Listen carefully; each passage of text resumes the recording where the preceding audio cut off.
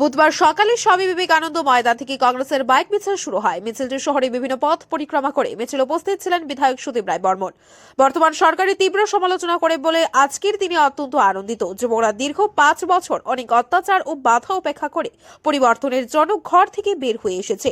আর এই পরিবর্তনের হাওয়া থেকে তিনি বললেন এর গতি আরো বেশি ত্বরান্বিত করতে হবে, কারণ রাজ্যের মানুষের স্বার্থে পরিবর্তন আনতেই হবে।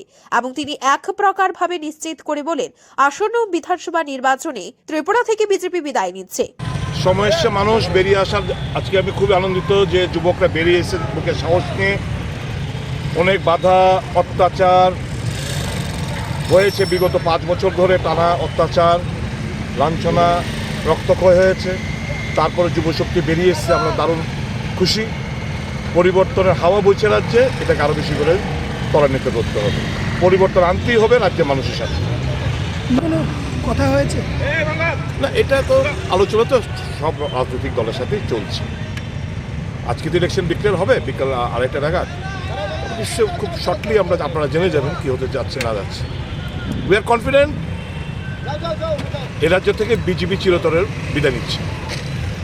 সভায় উপস্থিত প্রদেশ কংগ্রেসের দায়িত্বপ্রাপ্ত নেতা অজয় কুমার, প্রাক্তন প্রদেশ কংগ্রেস সভাপতি গোপাল রায় সহ অন্যান্য নেতৃবৃন্দ।